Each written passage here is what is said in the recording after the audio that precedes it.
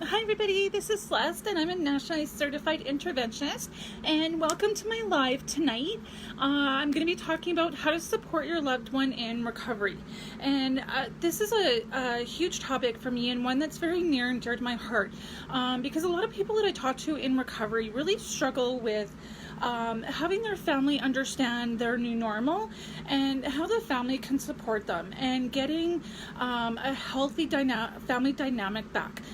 Because a lot of times when the person is in active addiction, the family will think if the person can just get sober and get into treatment, everything will be hunky-dory after that. But there's a lot of things that need to shift. So a lot of times the person that was in active addiction has gone to treatment for 30, 60, 90 days, for however long. They've gotten sober, they've done a lot of work, and they've made all these great, amazing changes, and the family's super proud and super happy that they've done all this work. But oftentimes what happens is when the person is in active addiction, the family members get really sick too. Like they always say, addiction is a family disease, and there's a lot of codependency and enabling and lack of boundaries and a lot of resentments that happen because of the behaviors that the person was engaging in when they were in that active addiction. And a lot of those resentments are very valid. The family members have been really, really hurt by this person through their addictive behaviors. So I really always strongly suggest to the family members that they get into their own recovery and do a lot of work on themselves to start to get past those resentments. And they're really valid, and there's likely very good reasons for those resentments. The person has gone off to do all this work and to heal and get better and to not engage in those same addictive behaviors. So, and it's not about forgetting about what the person did, but finding peace and forgiveness and some of the stuff that happened when that active addiction was going on, so that you can start to create that new normal and that new healthy functional relationship, and start to leave the past where it belongs, because that person has done a lot of work to get well. So learning to let go of some of those resentments and build that trust back up to start to learn how to get out of some of those enabling and codependent behaviors. So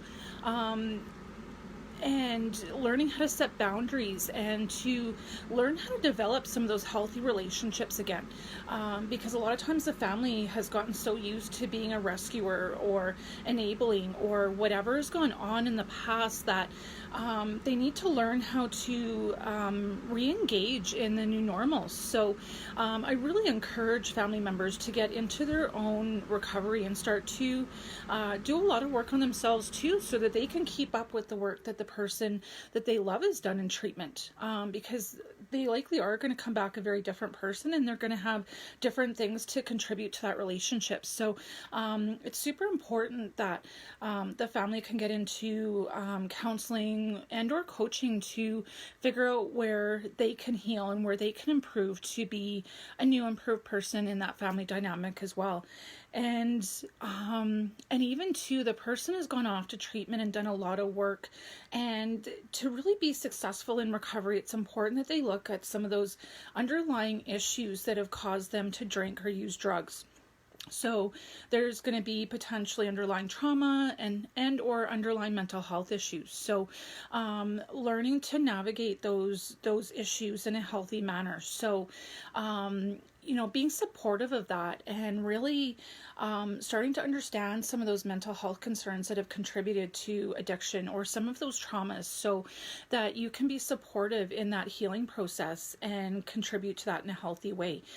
Because sometimes as family members, we don't always know how to deal with somebody who's struggling with some of those issues and how to support those behaviors. So I think really even talking to the person about those underlying issues issues and saying, how can I support you in your mental health or overcoming trauma? And really opening up that healthy dialogue and getting that information from the source, and even engaging in some of that family therapy, so you can set new ground rules around what's going to happen in the new normal of recovery. So that's hugely important. And even being aware of their plans coming out of recovery. So what does their aftercare program look like? What is their relapse prevention plan? What does that look like? Looking for the early warning signs of relapse. What are they doing to cope with urges? What are they doing to cope with their mental health and trauma?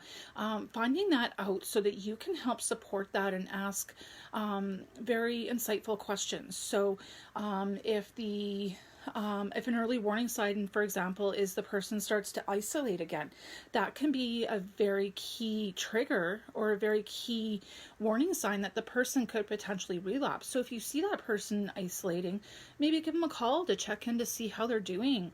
Invite them over for coffee, do a dinner, seeing what they're doing to connect with other people. So because a lot of times the family enables the person to continue to live in addiction for however many years that they were in active addiction. So we want to almost reverse that and encourage and enable their recovery. So because a lot of times we've gone to great measures to support them in active addiction. So we want to be equally as diligent in helping to support them in active recovery, and supporting those healthy behaviors and doing relapse prevention and all that kind of stuff, and really asking what they're doing for their recovery and how they're supporting that. And because I think a lot of times people in recovery are almost fearful of talking about it. So the more open and honest the family can be, and the more interested they are in the recovery and feeling supported, the more likely they are to stay clean and sober. So yeah, it's hugely important to work with the person in active recovery to maintain that recovery and to rebuild those healthy dynamics. Because like I said earlier, a lot of times people think, oh, if the person in addiction can just get well, everything will be better and I can be happy again and I can go on with my life. But it really is a team effort, because a lot of times people don't stay in active addiction in and of their own resources, right? They just don't have the resources in and of themselves to be able to continue to stay in active addiction. And the same goes for recovery. So we have to be almost as diligent, if not more diligent, about supporting that as we were about trying to rescue them or save them from themselves, or all those behaviors that we engaged in, and just be really diligent about trying to rebuild those relationships and those healthy dynamics. So it's a topic that's very near and dear to my heart, because I think a lot of times family members and even the person in active addiction really flounders at how to move forward and how to re-engage in that new normal. So it is something that's really important. And I think once people leave treatment, it's like, oh yeah, everything's great and everything's wonderful again. But it does take work. It does take healthy relationships, take work. Recovery takes work. So, if you're looking for support in that, I really encourage you to reach out to me, because a lot of times there is a lack of resources and supports for the family. So I really encourage you to reach out to me if you feel like you're floundering for that encouragement and that support and learning how to rebuild those healthy dynamics. So if you feel like you need that support and you're not sure where to turn, absolutely reach out to me.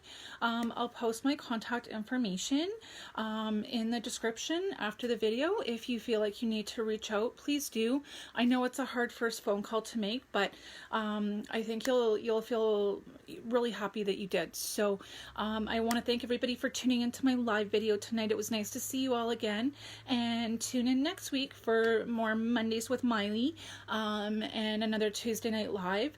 This Thursday I'm also doing a Q&A, so make sure you post your questions or send me a message with your questions that you'd like to have me answer and things that you'd like to see addressed in the Q&A. And I really look forward to hearing from you, and I hope you'll send those questions off for me to answer on Thursday. Have a good night, everybody. Stay safe.